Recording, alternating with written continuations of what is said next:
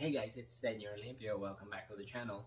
I wanted to do a quick review of Gotham Knights here, but I didn't seem to have the time to set up the camera and all of the lights. So I figured, you know what, we'll do it really guerrilla style, really informal. Just me talking to you guys, just train of thought, a free-flowing review of Gotham Knights while I'm in my AC/DC PJs on the beanbag, ready for bed.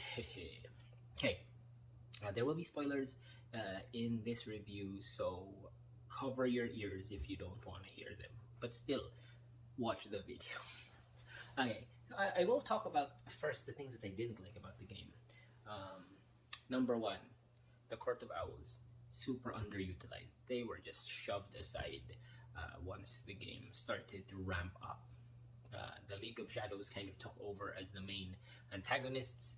You guys have had your chance. You were in the Arkham games. The Court of Owls should have had their time in the spotlight. Number two, the traversal methods should not have had to be unlocked.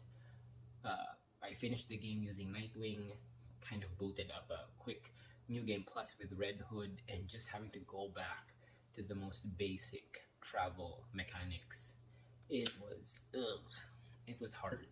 Like, I need my traversal methods available immediately. Fine, let it be upgraded as the game goes on, but don't just lock me out of it at the beginning of the game. Don't force me to use that stupid bike, because it's not that good.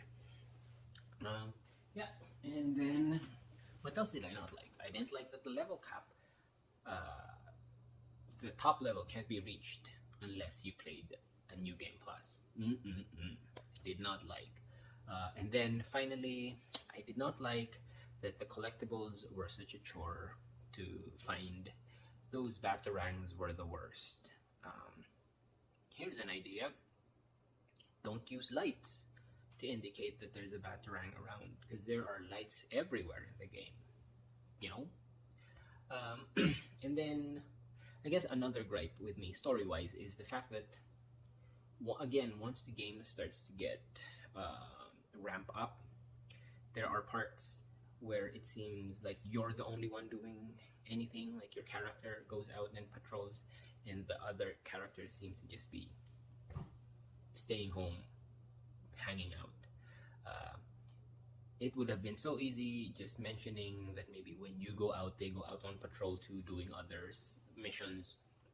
It would just make everything seem more urgent and high stakes. So those are the things that I didn't like about Gotham Knights. Let's talk about the good things about Gotham Knights, shall we? I liked the interactions between the Bat family. It felt genuine. It felt like they were, a family who were all dealing with a loss in their own separate ways.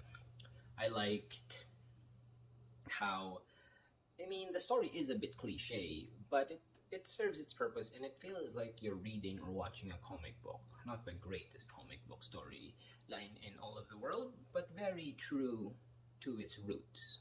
So I like that. I honestly liked the graphics of the game. People will hate it, but again, it's quite stylized in a very comic book way, which just adds to how much it pulls from its source, right? I like that. The skins, there were a lot of skins available in the game. I don't think, aside from the Arkham games and the Spider-Man games, not a whole lot of games give you that much variety when it comes to reskinning your main character. And the fact that you can even change the colors of them just add even more layers to it. So I like that. That's not bad. That was pretty cool. What I would do was you'd have two suits who looked the same but had different stats. I would just put different colors on one and a different color on the other, that way to distinguish what they were for. Because you can kind of do that sometimes. You'd have an anti-freeze suit, you'd have an anti-pyro suit. So that's a good way to distinguish them from each other. And I did like the combat. I will not lie. It's simple at the beginning, but once you unlock more abilities, it does kind of open itself up to more variety. If you follow the instructions, you can actually get like a really good combo going. Would I have preferred a counter button instead of a dodge button? Maybe, but I don't think Nightwing is someone who counters. I think he's the type of character who dodges more. Batman will counter and punch you back. The rest of these guys don't, with maybe Red Hood. Maybe Red Hood should have had a counter button instead. But yeah, it's very appropriate for the characters that are in the game. Spider-Man didn't have a counter button. Spider-Man had a dodge button. And I think this game is closer to that game than the Arkham games. I did like the premeditated crimes.